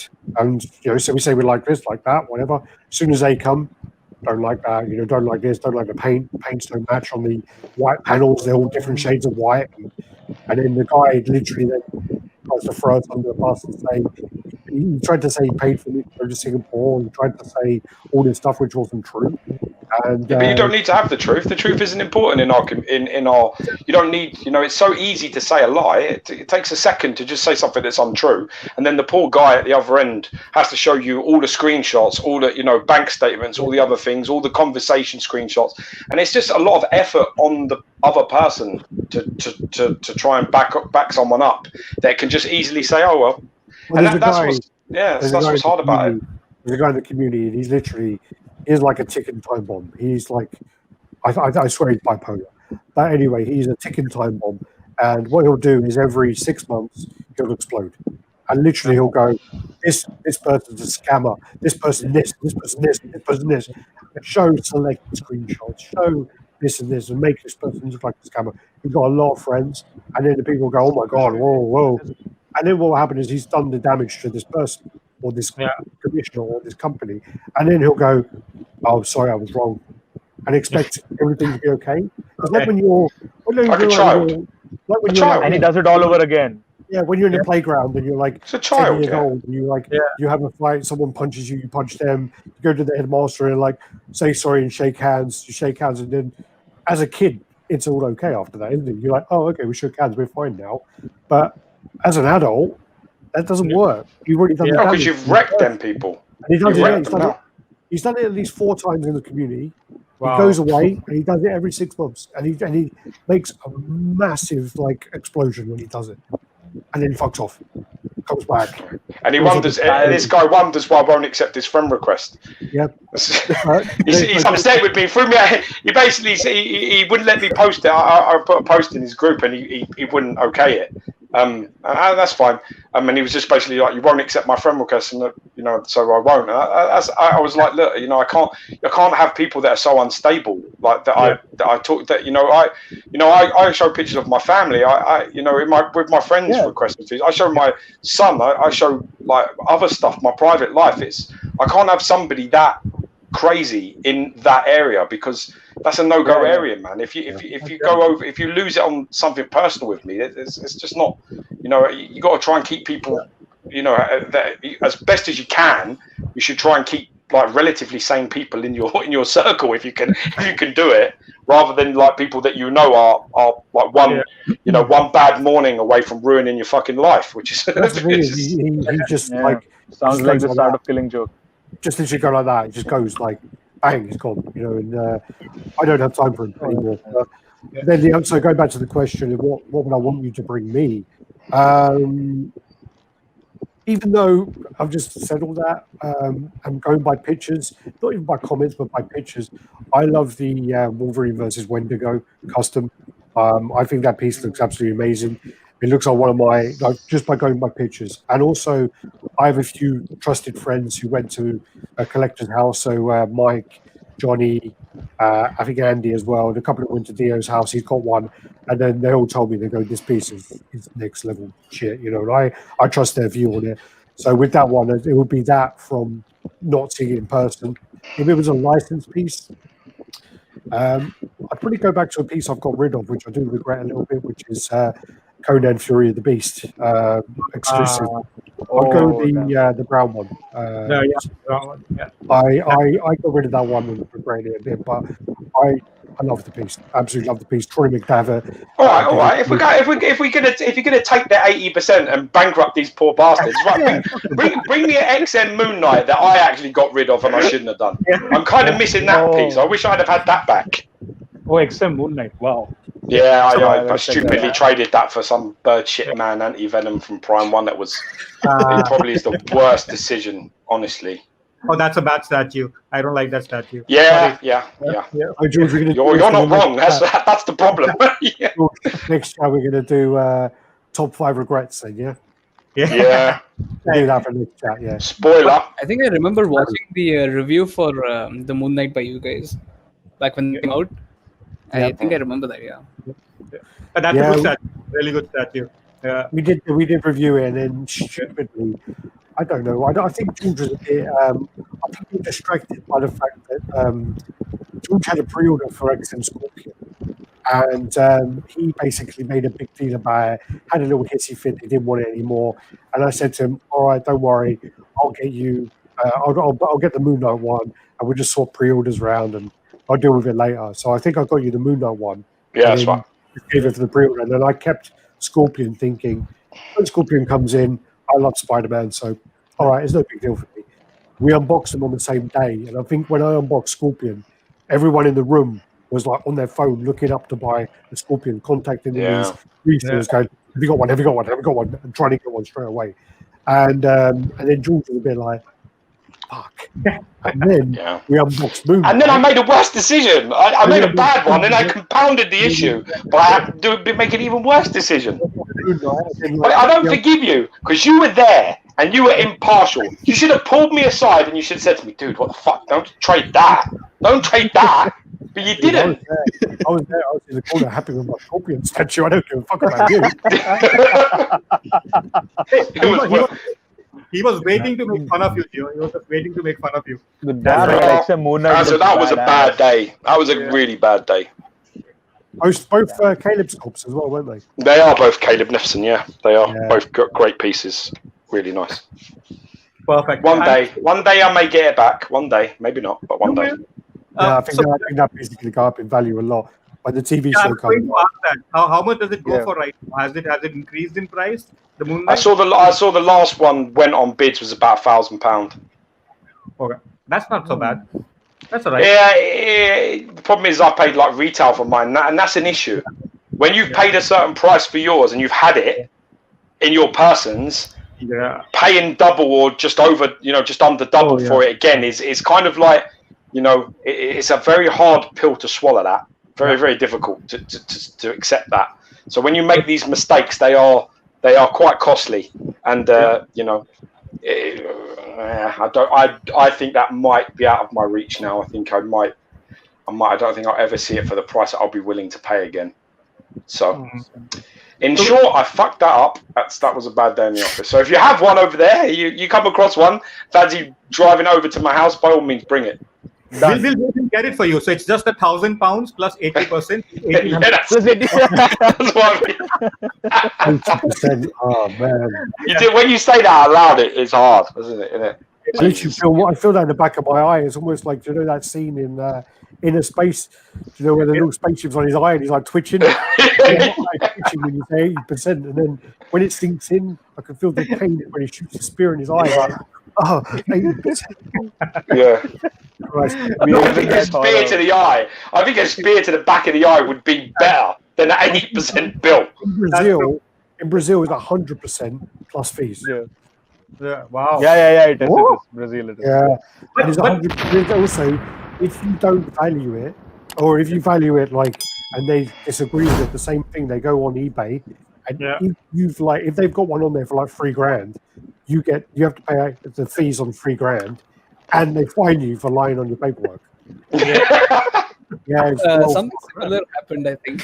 It's a good thing. It's a good thing them Brazilians are good at football, so they can take their fucking mind off shit. If they kick a ball around, because I tell you what, you wouldn't be coping too well if you couldn't kick a ball around at that moment. I sold my Venom XM bust to a Brazilian guy, and when I said to him, "Oh, what I do is, if you want me to, I'll mark it up as like $200 or something." He's like, "No, don't." I was like, "Why not?" He goes, "No, mark it up as like $800 or whatever it was. Mark it up as that, please." I'm like, "Why, man? You're going to get like tax on that, 100%." He goes, "Yeah, but if it's wrong, I'm going to get like 300% tax or whatever." So just okay, fine. Well, no sympathy for those guys, because Brazil at least has Iron Studios. We have jack shit. We have nothing. This is true. This is a good point. In fairness, they can always buy from their local place, at least. We have nothing. There's nothing We have around nothing. here. Like, We have Yeah, but only have people now taking offense. you've started this group, so the next natural move for you to do is to come together and make a statue company. Why not? But we have a lot of custom artists and people in India who have just started tons out of sculptors from India, sculptors and There you custom makers, and so we're hoping that actually kind of brings this hobby into a limelight, or maybe shows our. You just got to you've got to make it happen, and it's one of the reasons why me and Alex never turn our back on the custom market. We've been offered deals from Sideshow. We've been offered multiple deals from many major companies. As long as we are prepared to not talk about any customs, not share or promote or any of those things. But the problem that we have, the problem that me and Alex both agree on, is that without customs, you don't have Daniel Bell. Without customs, you do not have many good sculptors, good painters, good artists. There has to be somewhere at grassroots for these guys to show what they've got, because you don't just walk into fucking Sideshow Collectibles with with your kit in your hand and say, "Oh, I'm pretty good at sculpting." They'd be like, "Congratulations, now get the fuck out of my office." You need to have a portfolio, and a portfolio can only be made by the unlicensed market, really. The fan art stuff. You have to build this stuff. You have to start getting things out there. There wouldn't be a Caleb Nefson. There wouldn't be, a lot of very good sculptors out there that have made some amazing licensed pieces without them having an avenue. But me and Alex also do agree look at that Franco Carlissimo. I mean, he's now doing movies and stuff.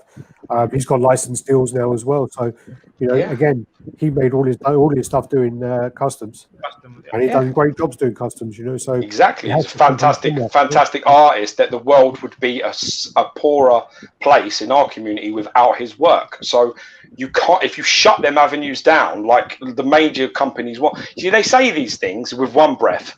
They have no idea what they're asking for. Because if everybody just turned around and said, "Yeah, sure, right, send us free statues and give us a better, affiliation rate," and we won't. We'll just completely denounce that customs even exist.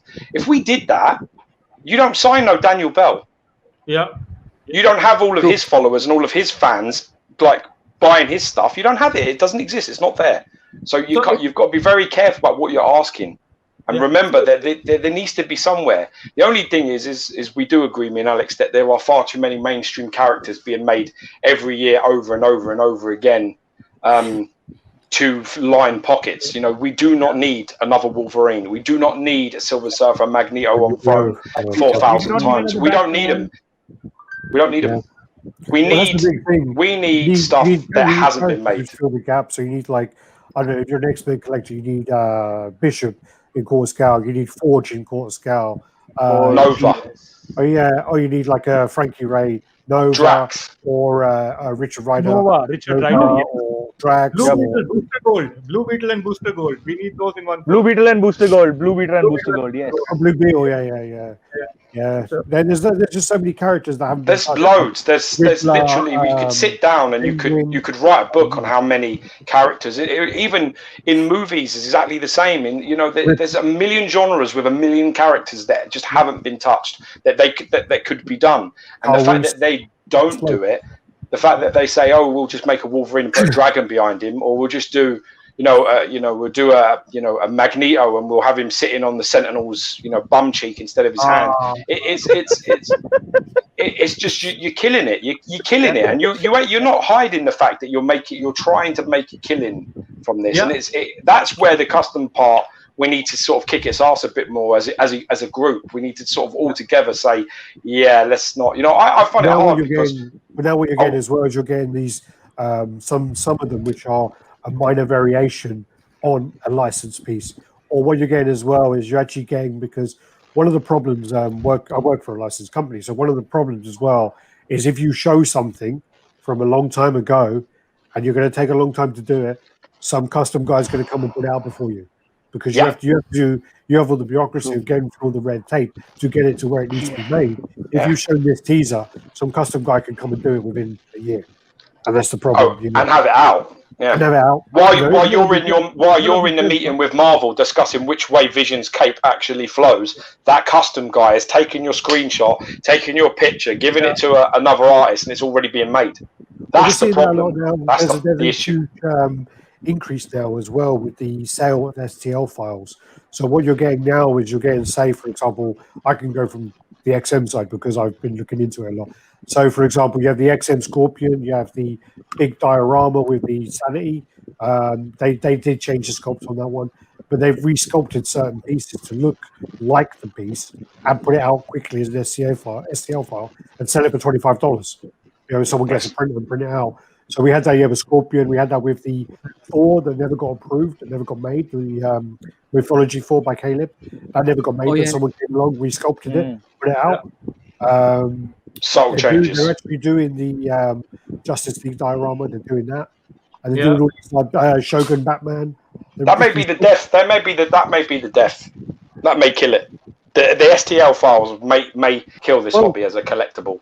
When 3D printer costs to print prices come right down, people are just going to go, yeah, what character do I need? I need there's, I don't know, Cable, Google Cable, look it up, Martian Manhunter, like that. Print that. And it'll get to a stage as well where color printers will fucking paint it for you as well. Get to that point. So it's going to be crazy. Yeah, that's all to look forward to. So you better start your Indian company now and get going. Yes. Yeah, hopefully. We'll make another Wolverine and we'll make another Batman. If you do, don't invite us onto your chat because we're going to crucify you. You understand me? Yeah, but we need to make the bucks too, right? The big bucks. That's it. Well, what you do, if you're smart, you make other characters first, and then you put one in that will help your bank balance ever so slightly, and then you make another 5-6 characters that are needed, and then you do another banker. What you don't do is you don't start there. Yeah. You don't then start pushing them every year, because that's where problems amount to. Well, just more reputation-wise, I think. Yeah, that's true. That's true. But that's there was an interesting point, Alex, when you were talking about your favorite statues and your characters, and I'm just trying to link it to what you guys just discussed about every custom statue making a Wolverine. So, Alex, you said that Wolverine is one of your favorite characters, but you still don't have a definitive statue. So, I mean, and Wolverine is, I think, maybe the most sculpted character ever. There are like 1,000 Wolverine statues. So, what do you think is still missing? I mean, what is it that you would like to see in a Wolverine statue? What would be like your ideal Wolverine statue? Yeah, I mean, one of my my favorite Wolverine statues is one of those. The fat one. Yeah, I love it. I've got it over here. I absolutely love it. See that? Yeah. The cute one. So I think I actually think as well. I got this the other day. The Hulk versus Wolverine, and I think that the actual Wolverine attached to that Hulk is probably one of the best sculpted Wolverines that's been made by a licensed company. I actually think it's really well done. They fucked up the paint on certain parts, but the sculpt of it is amazing. I think it is mine, Canal. Yes, but I just find that when I look at, I'm talking about in a quarter scale form. When I look at like the XM one, there are elements of it I like, but then I don't like his arm hair. I don't like his face. He actually looks a bit like he's either Mexican or kind of Indian. He doesn't look a Canadian. He doesn't look that way. He has like a look to him, which he almost looks a bit like Raj from Big Bang Theory, one of the heads, And then you have like. So I had then also the original Sideshow one. I like elements of that. I like the masked head. I like the claws. I don't like the suit. And also he has this weird thing going on with his ribcage. Stop talking about all the stuff you don't like and start saying what kind of Wolverine you want. No, I'm just saying that there's an element, and then also The question is, what Wolverine would you like? I'm getting on to it. If our company had to make a Wolverine for you, what? Yeah. Well, I mean, just make sure it doesn't have made-up muscles. You know, like then there's a guy who makes Wolverines, and the anatomy's wrong. There's just all these weird muscles that don't exist. I just think that maybe like a good 90s style Jim Lee, solid looking Wolverine where it just doesn't overcomplicate things. You don't, the Sideshow one where he's on your hand, they over textured everything. Just try and keep it not too simple, but you know, enough. I don't think it needs to be as complicated as they're trying to make them. We saw the one by Ishtar, is it, George, or what's it called? Ithaca, yeah. Ithaca. Was it Ishtar? I don't know, I keep figuring that. But we saw that one, and there's elements of that I absolutely love. And that's probably the closest to my It's favorite probably one. for you. It's only missing that Jim Lee portrait with the big fins, isn't it? It's missing that. It's missing that sort of. That's instead of that sort of big berserker mouth, like big fat mouth that he has. You probably want a more trimmed, lean sort of bit there, and the big fins on the head. I mean, that's probably a perfect Wolverine bar one of the heads. Like a portrait would have been better. The way he's like hulking. I don't have the issue with that he's jacked. I don't have an issue with that one because the anatomy is actually better than some of the past ones. I like that one by that scammer guy who did the Marvel vs. Capcom, the Wolf or whatever it's called. I like elements of that, you know, but I just don't find that, you know, there's all these little bits I like, but not all together. There's always something I like, and it's just unfortunate. And the same with Silver Surfer. It's like they always jack him up too much. I really like Sideshows, you know. I like Sideshow's new one. That's why I like it. I think the anatomy is very, very good. I like the new custom that people were bitching about the other day, apart from his feet. I like the new custom, the one that's like a big Bowen. You know, that one looks amazing. It looks like Bowen. There's nothing, it looks just like Bowen's. It's a good, very, very nice. Yeah. That's not an insult. When you say it looks like a Bowen, like a big Bowen, that's not an insult. No, not considering that the Bowen design Silver Surfer is still the best. Yeah. Still the best. I just don't like his. And there was a comment, I think it was by Jem actually. I totally agree. Where I don't like Silver Surfer or Venom to like have toes. I like them to look like they're wearing kind of like the boots as such on the feet. I like that. I even don't mind when Silver Surfer has boxer shorts on. I don't mind that because that's classic, isn't it? Kirby look. So again, just with Silver Surfer, not too juiced. Just keep him more. I mean, he's a big dude anyway, but not too much. You know. So yeah, it is inspired by the Bowen. Inspired. It's fucking 95% of it is Bowen. They literally added wisps to the hand and that go around the body. That's it. That's the only thing that's different. The pose is exactly the same. It's almost exactly the same with the board across the body thing and the arm out in front. It is 90% Bowen. Sure. Even to the point where he's standing on an asteroid and it's circular, and then it's got a little base that separates that asteroid, a black thing. I mean, there's not many parts of it they've even gone on their own. I mean, I would have taken that figure being like that, and I would have not done that kind of base. I would have been like, you know what? Let's make it like like some sort of, planet or something. Or let's just put him somewhere else. Don't put him on a tiny little meteor that's slightly bigger than him. Just because it's too similar. I would have tried to pull away from that myself. Has it got the bite out of the video as well? It probably has. I wouldn't be surprised if it's got out and all. I was going to say the Wolverine from the diorama. When I looked at him, I had the other day. I hadn't seen it for 3 years. Whatever the last time I saw it, I had it in my eyes. Like, this is actually pretty special. The sculpt is much better than I remember. Even the Hulk is done really well. This diorama, I'm quite disappointed I waited so long to get it back. I think that when we reviewed it, it was really sloppy, and the heads didn't fit very well, and the teeth on this one are terrible. Overall, it's fantastic. Yeah, but there's also elements to your equation. If you've got Ian that can sort out the portraits now, so it's not like a problem. Where back then it would have been like, oh, fuck, I can't live with that face. Can't live with that face. Them rabid sort of like frothy mouth, gingivitis looking Wolverine. You can't have that in your collection. If you're a big Wolverine fan, it was bad, man. Basically, paint with colour Tipex, and they use the Tipex paint. Do you know, like when you have Tipex and you make an error and you can't do it easy. You can't just go like, your word is in this little box here. You try and paint it, and the Tipex is going to be all like round like that. That's what it looks like. They've gone. It's bad. It's really, really sloppy. I like that. I really like this Wolverine versus Hulk diorama. In fact, I was planning on getting it sometime in the past, but I've changed directions now. But I think I agree with you. I think that's a pretty good statue. The Sideshow Logan statue, I know you don't like it that much, but I think it's a really good statue. Yeah. No, I like it. I actually do. Really Alex has got it. Where are we? So I've got the wrong screen on. I'm like, why isn't anyone moving?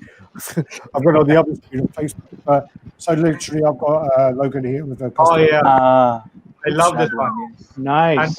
And a couple of custom heads. The custom head. Oh yeah. The custom head. Yeah, the custom head works perfect with it. The old man Logan custom head. Yeah, that's the one he's got. Yeah. I looked over a lot of them, and the Francois does some fantastic customs. Mad X, he does some amazing ones. Yeah. I looked at his custom head, and I was like, I don't like it. And then I saw another guy did one with a cigar. I don't like it. I saw one with a cowboy hat, which was a bit Back Mountain. Street, didn't like it. And then I saw this one, and I was like, that one looks really nice, really good. So I had to go with that one, and I really like his head. Fits great paint. Suardo Alvaro from Chile, that was fantastic. It was so good that George ordered the head without having the statue. Yeah. Yeah. Damn, that's amazing.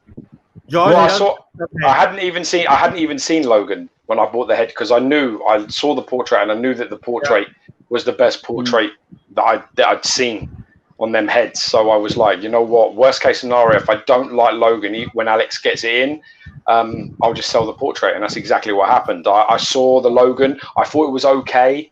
I thought it was a decent Wolverine, but it wasn't enough for me to pay the price that people were commanding. So again, you look at it and you say, well, how much is that going for on an average? It's around £600, and I was a bit like, I'm not paying that for that piece. I'd tap that out at 450 max that I would consider paying for that piece. So, when that happened, I was like, you know what, I'll just get rid of the head, and that's what I did. So. But a lot of the new Sideshow statues, I think, are just going to drop in price. Maybe that's my assumption, because they're coming out with 7,000, 5,000 edition size. So, I don't see them going up in price and going to $1,000, $2,000 range. I might be wrong. I think the edition size for that symbiote Spider-Man, I think that was fake, wasn't it? Oh, yeah, I don't think that's real. That's Omar having a laugh. I think someone was messing Can't trust him. You can't trust him. You can't trust Omar. He's a piss taker. He likes to have a laugh. I think so. Basically, that one, someone posted 7,500, but then when I looked into it, it didn't have it on there. It still said to be decided. Still says to be decided now. So basically, he got me then. He got me. I thought it was 7,000. He got me as well. I think he got all of us. He got a lot of people. Don't worry. There was a lot of uproar. George, you can order that on Zavvi. What's that? That Spider-Man, you can order that on Zavvi. What's the price? $650. But the thing is about that is Zavvi always do like 20% off, and they blanket with Marvel. So I might try and see whether I can do that later. Yeah, that's a clever idea. Give it a go. Quite happy I found that. Yeah, that's a good idea. I'm gonna have to bounce, my gentlemen. My family are about to walk in the door, so I'm gonna have to love you and leave you. Absolutely, guys. Thank you so much, and we hope to have you back again sometime in the future, the next year, once coronavirus stops. We'll have you. And when I do come to London, and I'm not going to get you guys any statue, I will get you actual Indian food. So you don't think that chicken tikka masala is the only thing we eat. So I'll get you some. That's a shame, because I'm one of them guys that always orders that. Or a boona. I like a boona, but other than that, I don't. My in-laws are all Madrasi and all that. In fairness, my in-laws went over to India and they were like, what the fuck? Because your food is not like they thought they would have the heads blown off like crazy from all this. And they went over there. I remember them coming home, and I was thinking, I bet they had a great time. And they said that fucking like the food is like nothing like here. I'm like, well, yeah, they have their own. They don't eat like that. Isn't the Vindaloo, isn't that Portuguese or something? Vindaloo is like they're created in Portugal or something. They don't. Their food's like a bit more gently spiced. They have a different way of like. It's not meant to be like that. Over here they're like, oh, do you want this stuff that tastes like butter, or do you want this stuff that's gonna blow your fucking head off? Which one do you want? And that's the English people go, oh, I'll have the butter, or I have the chili. There's no middle ground over here. Yeah. So that's the problem. But it did make me laugh. I thought it was hilarious when they come back. Perfect. Right, guys. Thank you so much. I think it was wonderful. We thought we'll have, questions Thank and you stuff. for joining us. That's a pleasure. I appreciate the invite. It's nice to sit back. Actually, I always sit back every week and don't do much. But I think Alex has enjoyed. Well, no, that's the thing is I'm here and I'm still finding myself like scrolling into the comments and every now and again I'm clicking on the side and I'm like, oh yeah, that's not me. Who's in control of that shit. Normally I'll go like, I'm talking about Bowen and then someone goes like, oh yeah, actually it's inspired by Bowen. I would kind of click on that comment and it pulls it to the screen. And that's what I would be doing at the moment. But yeah. Yeah.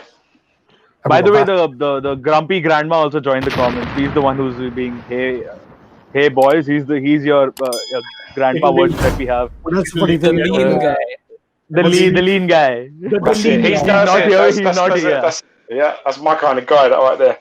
But what we'll have to do, gents, is we'll try and pull you onto maybe a RaddTitan chat in future if you want to come on and introduce your group and tell people where to find you. That would be amazing. Because it's like we say, that it's about making the world a little bit bigger rather than trying to make it smaller, right? Get people there out there collecting with you to find you. You're making the world smaller. No, you want to make it. You want to make it. You want to in collecting. You want it to be bigger, don't you, idiot? You want like more people that are on their own. That don't think there's anybody out there that they can mix and be friends with that they can speak to. Exactly. No, we got to break the news about the 80% to them too, no? So. Yeah. Everybody needs to know about the 80%. Exactly. About 20. We you pay need 80. to have like the Collector's Life T-shirt is going to have to say we are the 80%. Yeah. That's what you should say. Yeah. No, you should make it a bit more brutal. We should just put we pay 80%. So stop bitching. I don't know if it's to do with the. There was a slideshow like Big Boss who basically said collectors on social media are only 3%. So it's kind of like a loose than that. Yeah. Yeah. We are the 97%. You mean? All right. Well, thanks man. I had a blast. Be safe. Bye, guys.